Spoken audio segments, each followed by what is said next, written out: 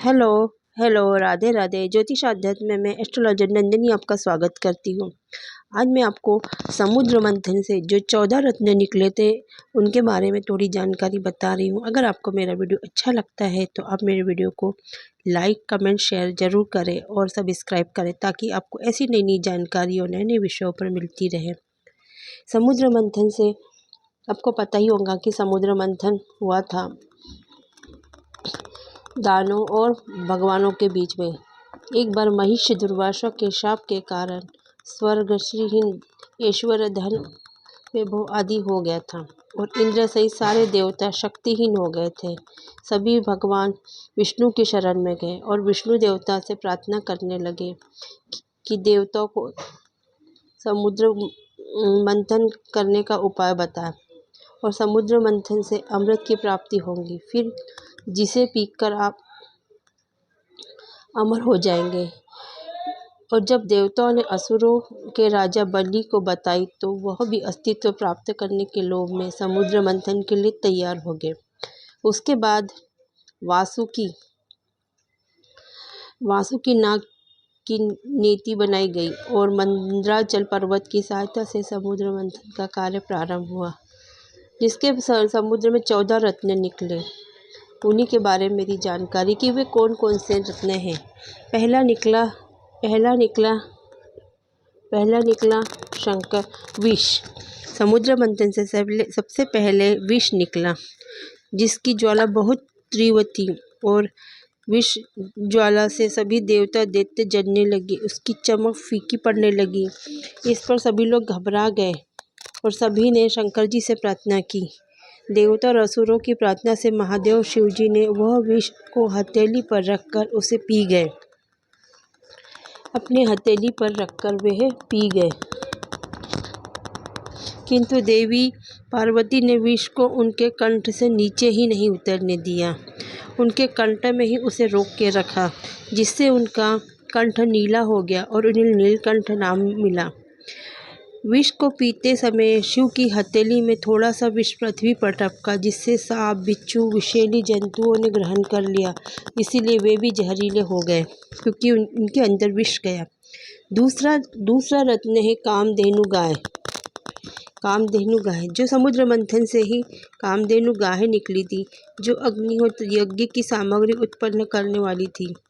ब्रह्मवादी ऋषियों ने उसे ग्रहण कर लिया, क्योंकि कामधेनु का वर्णन तो पौराणिक कथाओं में आपने सुना ही होगा कि बहुत चमत्कारी गाय के रूप में मिला है। इसमें देवी शक्तियाँ हैं, जिसके दर्शन मात्र से लोगों की दुख पीड़ा दूर हो जाती है। जो सारे कामों को पूरी करने वाली कामधेनु नाम पड़ता है। हर तरह के चमत्कार से लाभ होता है, इसीलिए गौ माता को इतना शुभ माना गया है। क्योंकि आप देखा होंगे कि गाय श्री कृष्ण जी भगवान को भी बहुत प्रिय है। गाय का दूध, कहते हैं कि गाय में सारे देवताओं का वास होता है। और भगवान विष्णु सरोवर, समुद्र, नदियाँ, गंगा, पर्वतों में, हिमालय में, भक्तों में नारद, सभी पुरियों में कैलाश, और उसी तरह सभी गायों में कामधेनु को सर्वश्रेष्ठ माना गया है। तीसरा उच्चैश्रवा घोड़ा, ये तीसरे नंबर पे निकला। इसकी भी अपने पुराने ग्रंथों में इसकी मान्यता है। ये घोड़ा देवराज इंद्र को दिया गया था। इस उच्चैश्रव घोड़े का मतलब होता है कि जिसका यश बहुत ऊंचा हो, जिसके कान ऊंचे हो, अथवा जो ऊंचा सुनता हो। इस घोड़े का रंग श्वेत था और उच्चैश्रव को पोषण अमृत से होता है, इससे घोड़ा राजा भी कहा जाता है। चौथे नंबर पे निकला ऐरावत हाथी। समुद्र मंथन के दौरान चौथे नंबर ऐरावती हाथी निकला। ऐरावत हाथी राजा इंद्र के हाथी का नाम है। समुद्र मंथन से प्राप्त रत्नों 14 रत्नों में से वो भी एक रत्न है जो इंद्र को दिया गया। ऐरावत को शुक्ल वर्ण 4 दांतों वाला बताया गया। रत्नों के बंटवारा के समय इंद्र ने दिव्य गुण युक्त हाथी को अपनी सवारी के लिए ले लिया। इसीलिए इंद्रहस्ती या इंद्रकुंजर भी कहा जाता है। 5वें नंबर पर निकला कौस्तुभ दिव्य मणि। समुद्र मंथन के 14 रत्नों में से यह मणि निकला जिसे भगवान विष्णु ने अपने हृदय में धारण किया। यह बहुत चमकदार था। जहाँ यह मणि होता है वहाँ किसी प्रकार की भी देवी आपदा नहीं होती। और फिर 6वें नंबर पे निकला कल्प वृक्ष। कल्प वृक्ष वह है, अपनी पौराणिक मान्यता के यह वृक्ष सभी इच्छाओं को पूर्ण करने वाला है, जो समुद्र मंथन में से निकला है। इसे स्वर्ग में स्थापित कर दिया गया देवताओं ने। कल्प वृक्ष कल्पद्रुम एवं कल्पतरु के नाम से भी संबोधित किया जाता है। चौथा है रंभा नामक अप्सरा। 7वें नंबर पर निकली 7वें नंबर पर रंभा अप्सरा निकली, जो 14 रत्नों में से एक है। ये बहुत सुंदर थी। वह सुंदर और वस्त्र आभूषण पहने हुए और इसकी चाल मन को लुभाने वाली। सभी देवताओं के पास चली गई। बाद में देवताओं ने रंभा को इंद्र को सौंप दिया। उनकी सभा की प्रमुख नृत्यांगना बन गई।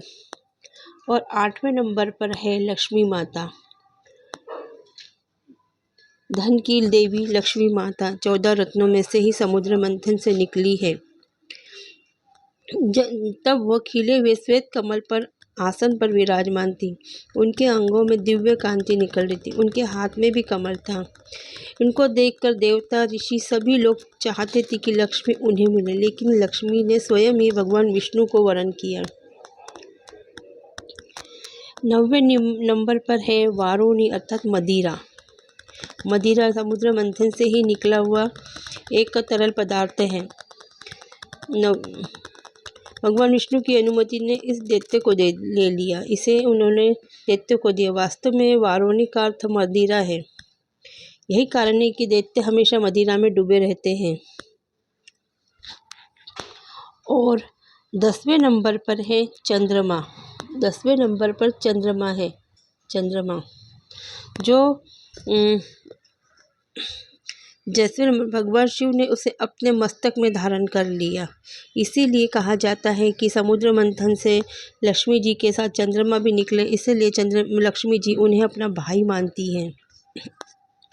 और फिर 11वें नंबर पर निकला है परिजात वृक्ष। समुद्र मंथन के 11वें इसमें परिजात वृक्ष प्रकट हुआ। इस वृक्ष की विशेषता है कि इसमें छूने से ही थकान मिट जाती है। वृक्ष देवताओं के हिस्से में चला गया और इसके दर्शन करने मात्र से सुबह आपका दिन अच्छा जाता है।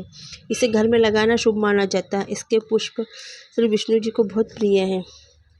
और 12वें नंबर पर निकला प्राजन्य शंख। यह 12वें नंबर पर निकला है। विजय का प्रतीक माना जाता है। कोई भी शुभ कार्य में इसकी ध्वनि शुभ मानी जाती है। घर की नकारात्मक ऊर्जा को खत्म करता है। पूजा के दौरान शंख बजाया जाता है। और 13वें नंबर पे निकला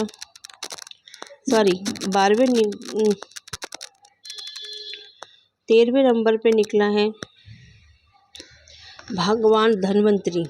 भगवान धन्वंतरी निकले हैं, जिसे आरोग्य के देवता कहा जाता है। और इनके ये आयुर्वेद का मूल ग्रंथ है। सभी इनकी आराधना से हमें रोगों से मुक्ति मिलती है। 14 नंबर पर निकला है अमृत। सबसे आखिरी में अमृत निकला है, जिसे रत्न अमृत था। अमृत का शाब्दिक अर्थ है अमरता, यानी जिसे पीकर आदमी अमर हो जाए।